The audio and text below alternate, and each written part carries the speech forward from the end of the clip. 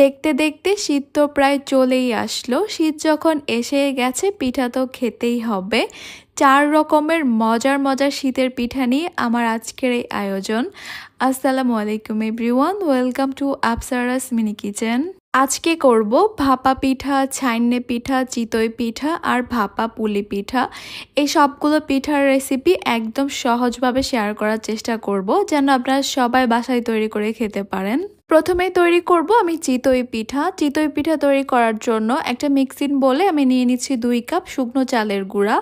এরপর এখানে দিয়ে দিব 1/2 চা চামচ লবণ। এবার এই লবণ আর চালের গুঁড়াটাকে মিশিয়ে নিচ্ছি। এরপর এখানে দিয়ে দিব হালকা কুসুম গরম পানি। আপনারা চাইলে ভিজা চালের গুঁড়া দিয়েও এই চিতই পিঠাটা তৈরি করতে পারবেন। এবার এগুলোকে একসঙ্গে খুব ভালো করে মিশিয়ে নিব। 2 কাপ চালের গুঁড়ার জন্য আমি এখানে 2 কাপ কুসুম গরম পানি নিয়েছি। আর এই ব্যাটারটা কিন্তু এখন অনেক বেশি ঘন মনে হলেও কিছুক্ষণ পর কিন্তু পাতলা হয়ে যাবে, তাই এখনই আলাদা করে কোনো পানি দিতে হবে না। যেহেতু আমরা এখানে ইনস্ট্যান্ট চিতই পিঠা তৈরি করব, তাই এখানে একটা হ্যান্ড ব্লেন্ডারের সাহায্যে এগুলোকে আমি একটু বিট করে নিচ্ছি। আপনারা কিন্তু চাইলে এই ব্যাটারটা একটা ব্লেন্ডারের জাগে নিয়েও ব্লেন্ড করে নিতে পারেন। এখন দেখতেই পাচ্ছেন ব্লেন্ড করে নেওয়ার পর একদম পাতলা হয়ে গেছে এই ব্যাটারটা। আর চিতই পিঠা তৈরি করার জন্য কিন্তু আমাদের এরকম ব্যাটারই তৈরি করতে হবে। এরপর এখানে আমি দিয়ে দিব 1/2 কাপের মতো কুড়ানো নারকেল। চিতই পিঠার মধ্যে নারকেল দিলে কিন্তু খেতে খুবই ভালো লাগে, তবে আপনারা চাইলে স্কিপ করতে পারেন। এখন কিন্তু চিতই পিঠা তৈরি করার জন্য এই ব্যাটারটা তৈরি হয়ে গেছে। এই ব্যাটারের কনসিস্টেন্সিটা কিন্তু এরকম পাতলাই থাকতে হবে। যদি আপনাদের কাছে মনে হয় এই ব্যাটারটা একটু ঘন, তাহলে একটু পানি অ্যাডজাস্ট করে পাতলা করে নেবেন। আজকের চিতই পিঠাগুলো তৈরি করার জন্য একটা লোহার ছোট কড়াই নিয়ে নিয়েছি। আর এই কড়াইটাকে একদম ধোয়া ওঠা গরম করে নিতে হবে। একটা বাটিতে পানি নিয়ে নিয়েছি আর পানির মধ্যে আমি সামান্য তেলও দিয়েছি। এরপর এই পানিটা দিয়ে আমি এই কড়াইটাকে একটু মুছে নিব একটা টিস্যু পেপার দিয়ে। পারফেক্ট চিতই পিঠা তৈরি করার প্রথম শর্তই হচ্ছে কিন্তু এই কড়াইটাকে খুব ভালো করে গরম করে নিতে হবে, একদম ধোয়া ওঠা গরম করতে হবে। কড়াইটা যখন একদম ধোয়া ওঠা গরম হয়ে যাবে, তখন আমি এখানে চিতই পিঠার জন্য ব্যাটারটা দিয়ে দিব। এরপর একটা ঢাকনা দিয়ে ঢেকে দিচ্ছি। প্রায় 2 থেকে 3 মিনিটের মতো সময় লাগবে একটা পিঠা হতে। চুলার হিটটাকে রাখতে হবে হাই মিডিয়ামের মাঝামাঝি। প্রায় 2.5 মিনিট পর আমি ঢাকনাটা তুলে নিয়েছি। আর দেখতেই পাচ্ছেন মাশাআল্লাহ, চিতই পিঠাটা কিন্তু খুব সুন্দর করে ফুলে উঠেছে। আরেকটা পিঠা দেওয়ার আগে পানি আর তেলের মিশ্রণটা দিয়ে কড়াইটাকে ভালো করে মুছে নিতে হবে। আর এই কাজটা কিন্তু প্রতিবারই করতে হবে। তৈরি হয়ে গেল ফুলকো ফুলকো তুলতুলে নরম চিতই পিঠা। এই চিতই পিঠাগুলো এতটা পারফেক্ট ভাবে তৈরি হয়েছে, আপনারা চাইলে কিন্তু এগুলোকে দুধে ভিজিয়ে দুধ চিতই তৈরি করে নিতে পারবেন। এর পরের রেসিপি হচ্ছে মেরা পিঠা বা ছাইন্নে পিঠা। প্রথমেই একটা প্যানে নিয়ে নিচ্ছি আমি 1.5 কাপ পানি। এরপর এখানে দিয়ে দিব আমি 1.5 কাপ খেজুরের গুড়। গুড়গুলোকে আমি ছোট ছোট টুকরো করে কেটে নিয়েছি যেন খুব সহজে গলে যায়। এরপর এখানে দিয়ে দিচ্ছি 1/2 চা চামচ লবণ। লবণটা দিয়ে ভালো করে মিশিয়ে নিচ্ছি। এবার আমি এখানে দিয়ে দিব 2 কাপ চালের গুঁড়া। বাজারে যে শুকনো চালের গুঁড়াটা পাওয়া যায়, আমি এখানে সেই চালের গুঁড়াই ব্যবহার করেছি। সঙ্গেই দিয়ে দিচ্ছি 1.5 কাপ কোরানো নারকেল। এগুলোকে একটু মিশিয়ে নিচ্ছি। তারপর একটা ঢাকনা দিয়ে ঢেকে দিব। চুলার হিটটাকে একদম লোতে রেখে এগুলোকে 10 মিনিটের জন্য এভাবে রেখে দিব। আর এই 10 মিনিটের মধ্যেই কিন্তু চালের গুঁড়া সিদ্ধ হয়ে যাবে। এরপর এগুলোকে একটু ভালো করে মিশিয়ে নিব। মিশিয়ে নেওয়া হয়ে গেলে এখানে খুব সুন্দর একটা ডো তৈরি হয়ে যাবে। এরপর আমি মেরা পিঠাগুলো তৈরি করে নিব। মেরা পিঠা তৈরি করা কিন্তু একদমই সহজ। আমি কিছুটা ডো হাতে নিয়ে নিয়েছি। এরপর একটা বলের মতো তৈরি করব। তারপর একটা প্লেটের উপর রেখে এভাবে আলতো হাতে গোল গোল ঘোরালেই কিন্তু খুব সুন্দর একটা ডিজাইন তৈরি হয়ে যাবে। তবে মেরা পিঠা একটু লম্বা করেও তৈরি করে, আবার চাইলে একদম গোল করেও তৈরি করে নেওয়া যাবে। আপনাদের পছন্দ মতো তৈরি করে নেবেন। এবার এই পিঠাগুলোকে আমি ভাপে দিব। একটা পাতিলে অর্ধেকটা পরিমাণ পানি নিয়ে নিয়েছি। এর উপরে বসিয়ে দিয়েছি একটা স্ট্রেনার। এরপর এই স্ট্রেনার বা ছাঁকনির উপরে আমি 5-6টা করে মেরা পিঠা দিয়ে দিব আর একটা ঢাকনা দিয়ে ঢেকে দিব। 10 মিনিটের জন্য এই পিঠাগুলোকে এইভাবেই ভাপে রাখবো। এরপর আমি ঢাকনাটা তুলে নিচ্ছি আর একটা টুথপিক দিয়ে চেক করে নিচ্ছি পিঠাগুলো সিদ্ধ হয়েছে কিনা। টুথপিকটা যদি একদমই ক্লিন আসে তাহলে বুঝতে হবে পিঠাগুলো সিদ্ধ হয়ে গেছে। এরপর এগুলোকে আমি এখান থেকে তুলে নিব। বাস, এই তো তৈরি হয়ে গেল আমাদের খুবই মজাদার মেরা পিঠা বা ছাইনে পিঠা। এখন তৈরি করব সবার পছন্দের, আমার পছন্দের ভাপা পিঠা। প্রথমেই আমি একটা মিক্সিং বোলে নিয়ে নিব 3 কাপ শুকনো চালের গুঁড়া। বাজারে যে শুকনো চালের গুঁড়াটা কিনতে পাওয়া যায়, আমি এখানে সেই শুকনো চালের গুঁড়াটাই নিয়েছি। এরপর এখানে নিচ্ছি আমি হালকা কুসুম গরম পানি 1/2 কাপ, আর সঙ্গে মিশিয়ে দিলাম 1/2 চা চামচ লবণ।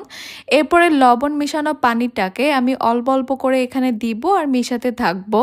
পানিটাকে অল্প অল্প করে দিতে হবে আর একটু সময় নিয়ে মিশিয়ে নিতে হবে, যেন কোনো অংশে চালের গুঁড়াটা শুকনা না থেকে যায়। 1/2 কাপ পানির এখানে সবটুকুই লেগেছে, তবে আপনাদের আরো কম বা বেশি লাগতে পারে।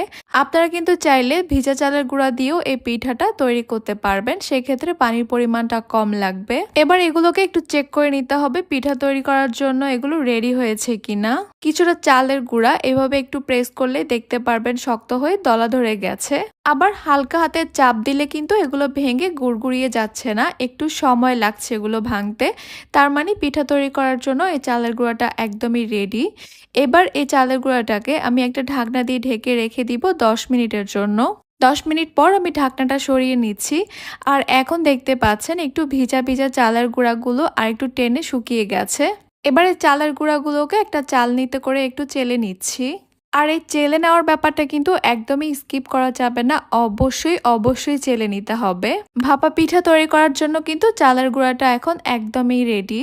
একটা পাতলা সুতি কাপড় এভাবে পানিতে ভিজিয়ে নিংড়িয়ে নিতে হবে পানিটা।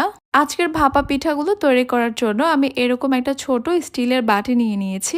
বাটির মধ্যে আমি সামান্য শুকনো চালের গুঁড়া দিয়ে দিচ্ছি। তারপর দিয়ে দিব আমি তৈরি করে রাখা চালের গুঁড়াটা। এটা একটা পাতলা লেয়ার হবে, এখানে কিন্তু খুব বেশি চালের গুঁড়া দেওয়া যাবে না। এরপর হালকা হাতে একটু প্রেস করে দিচ্ছি। ঠিক মাঝখানে দিয়ে দিব গ্রেট করা খেজুরের গুড়, আমি ছোট ছোট টুকরো করে কেটে নিয়েছি। আর দিয়ে দিব কিছুটা নারকেল কোরানো, এগুলো পছন্দ মতো দিতে পারবেন। সব শেষে তৈরি করে রাখা চালের গুঁড়া দিব। এরপর এক্সট্রা চালের গুঁড়াটা ফেলে দিতে হবে। একটু হালকা হাতে প্রেস করে নিচ্ছি আর ভিজিয়ে নেওয়া কাপড়টা দিয়ে মুড়িয়ে নিব এই বাটিটাকে। এবার একটা ছাঁকনির মধ্যে এই পিঠাটাকে নিয়ে নিলাম, আর পিঠাগুলো ভাপে দেওয়ার জন্য একটা পাত্রে পরিমাণ মতো পানি নিয়ে নিয়েছি।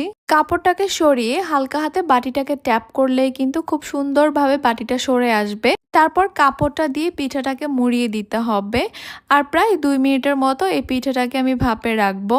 মানে একটা পিঠা হতে 2 মিনিটের মতো সময় লাগবে। 2-3টা পিঠা তৈরি করার পর কিন্তু ভাপের পানিটা চেক করে নিতে হবে। পানিটা শুকিয়ে গেলে আবারও পানি দিয়ে দিতে হবে। আর প্রতিবার পিঠা তোলার পর এই কাপড়টাকে খুব ভালো করে ধুয়ে নিতে হবে। এই তো তৈরি হয়ে গেল গরম গরম ধোয়া ওঠা ভাপা পিঠা।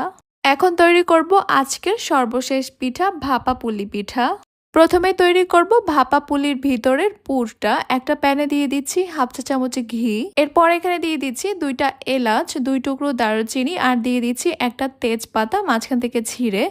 ঘির সঙ্গে এগুলোকে একটু কিছু সময়ের জন্য ভেজে নিব। এগুলো ভেজে না হয়ে গেলে এবার আমি এখানে দিয়ে দিব কোরানো নারকেল 1 কাপ। সঙ্গে দিয়ে দিচ্ছি 1 কাপ খেজুরের গুড়। গুড়টাকে আমি একদম ছোট ছোট করে গ্রেট করে কেটে নিয়েছি। এরপর এগুলোকে অনবরত নেড়েচেড়ে মিশিয়ে নিব গুড়টা একদম সম্পূর্ণ গলে যাওয়া পর্যন্ত। খেজুরের গুড়টা সম্পূর্ণভাবে গলে গিয়ে নারকেলটা একটু ঝুড়া ঝুড়া হয়ে আসলে বুঝতে হবে ভিতরের জন্য পুরটা তৈরি হয়ে গেছে। এবারে পুরটাকে আমি চুলা থেকে নামিয়ে একটা সাইডে রেখে দিচ্ছি। এবার আমি এখানে একটা ডো তৈরি করব। একটা প্যানে নিয়ে নিয়েছি 2 কাপ পানি।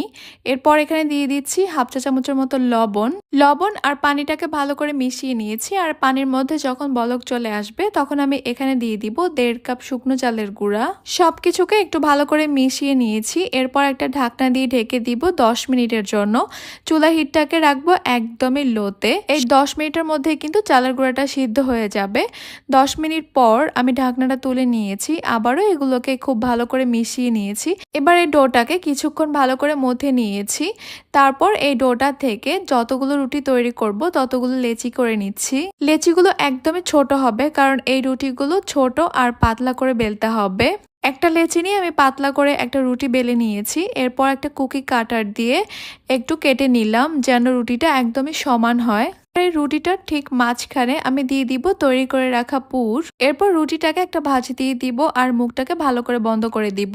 সামান্য হাতে পানি লাগিয়ে এই কাজটা করতে হবে। এরপর একটা কমন ডিজাইন করে নিব, পুলি পিঠার যেরকম নর্মালি ডিজাইন হয় ওই ডিজাইনটাই করে নিচ্ছি। খুবই ইজি একটা ডিজাইন, আপনারা একটু খেয়াল করলে বুঝতে পারবেন আমি ঠিক কিভাবে করেছি কাজটা। এইভাবে আমি সবগুলো পুলি পিঠা তৈরি করে নিয়েছি। এবার এগুলোকে আমি ভাপে দিব। একটা প্যানে পরিমাণ মতো পানি নিয়ে নিয়েছি। পানিতে যখন বলক চলে আসবে তখন আমি এখানে একটা স্ট্রেনার দিয়ে দিচ্ছি। এরপর একটু হালকা করে তেল ব্রাশ করে নিচ্ছি যেন পিঠাগুলো খুব সহজে উঠে আসে। তারপর একটা একটা করে এখানে বেশ অনেকগুলো পুলি পিঠা দিয়ে দিব। একটা ঢাকনা দিয়ে ঢেকে দিব 10 মিনিটের জন্য। এই 10 মিনিটেই কিন্তু পিঠাগুলো সিদ্ধ হয়ে যাবে। আর বাস তৈরি হয়ে গেল আমাদের ভাপা পুলি পিঠা। আমি একটা পিঠা আপনাদেরকে একটু ভেঙে দেখাচ্ছি। দেখতেই পাচ্ছেন মাশাআল্লাহ কতটা সুন্দর হয়েছে। এই পুলি পিঠাগুলো এতটাই পারফেক্ট হয়েছে, আপনারা চাইলে কিন্তু এগুলো দিয়ে দুধ পুলিও তৈরি করে নিতে পারবেন। এই ছিল আজকে আমার 4টি ভিন্ন ধরনের শীতের পিঠার আয়োজন। আশা করছি আজকের রেসিপি আপনাদের কাছে খুবই ভালো লেগেছে আর সহজও লেগেছে। তাহলে আজকে এই পর্যন্তই। সবাই অনেক বেশি ভালো থাকবেন, সুস্থ থাকবেন। আল্লাহ হাফেজ।